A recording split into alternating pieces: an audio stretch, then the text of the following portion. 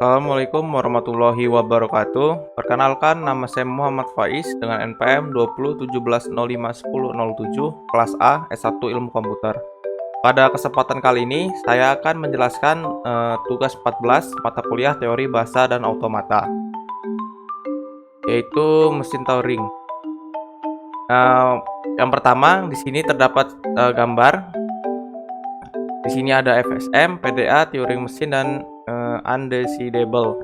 Dan di sini sebagai regular language, ini sebagai context free language, dan di sini sebagai recursively enumerable language. Selanjutnya, Turing mesin tidak menggunakan stack, tapi menggunakan sebuah pita. Pada pita terdapat sebuah tab head. Nah, di sini ada alfabet, yaitu sigma berisikan yaitu 0, 1, A, B, X, Z0. Lalu ada blank. Blank ini merupakan spesial simbol, yang mana blank bukan merupakan anggota dari inputannya. Biasanya juga blank ini digunakan untuk mengisi sebuah tab yang tidak ada batasnya. Seperti ini gambarnya. Selanjutnya yaitu ada konfigurasi mesin Turing. Nah, inputan string itu sebagai karakter yang diinputkan. Lalu ada blacks out to infinity sebagai tempat kosong pada pita yang tidak terhingga. Lalu ada operasi pada pita. Terdapat 4. Yang pertama itu ada read atau scan simbol yang ada di bawah tab head. Yang kedua itu ada update atau write sebagai simbol yang ada di bawah tab head. Yang ketiga itu ada pindahkan tab head satu langkah ke kiri. Dan yang terakhir itu pindahkan tab head satu langkah ke kanan. Seperti ini gambarnya. Untuk selanjutnya ada aturan pada mesin Turing. Selanjutnya ada setiap langkah komputasinya. Ada 4. Yang pertama itu kita harus membaca simbol dengan benar.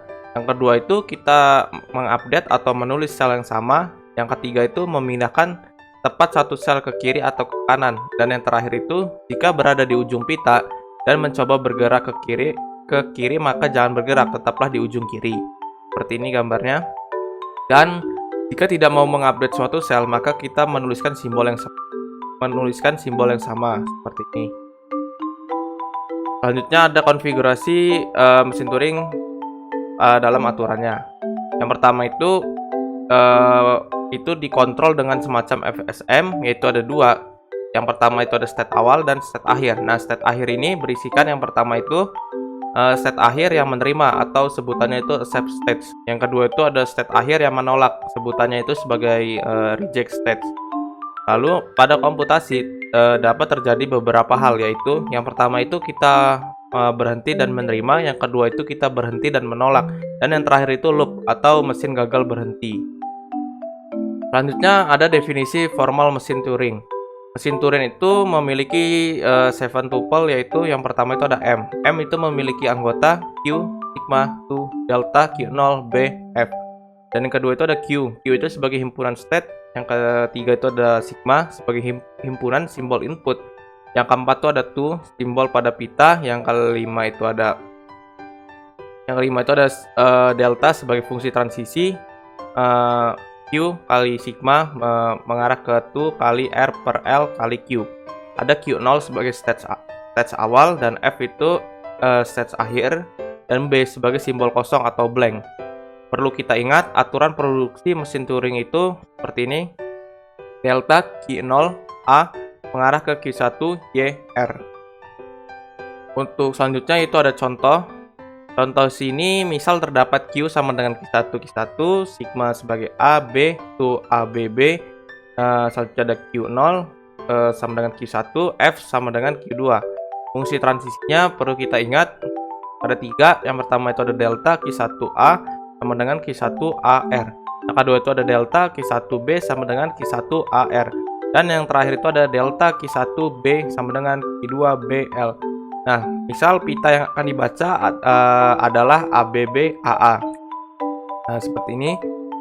Pita yang dibaca yaitu ABBAA, seperti ini gambarnya. Lalu yang pertama itu ada fungsi transisi yaitu delta Q1A sama dengan Q1AR pada stage Q1 head, menunjukkan karakter A menjadi stage Q1 dan head itu bergerak ke kanan. Maka seperti ini gambarnya. Selanjutnya yang kedua itu ada fungsi transisi delta Q1B sama dengan Q1AR pada stage Q1 head menunjukkan karakter B. menjadi stage Q1, head menuliskan karakter A lalu bergerak ke kanan. Seperti ini gambarnya. Lalu yang ketiga itu ada fungsi transisi delta Q1B sama dengan Q1 AR pada stage Q1 head menunjukkan karakter B menjadi stage Q1 head menuliskan karakter A lalu bergerak ke kanan. Ini gambarnya.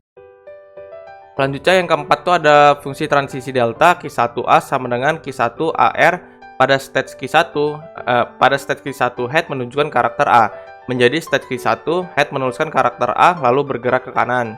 Seperti ini gambarnya.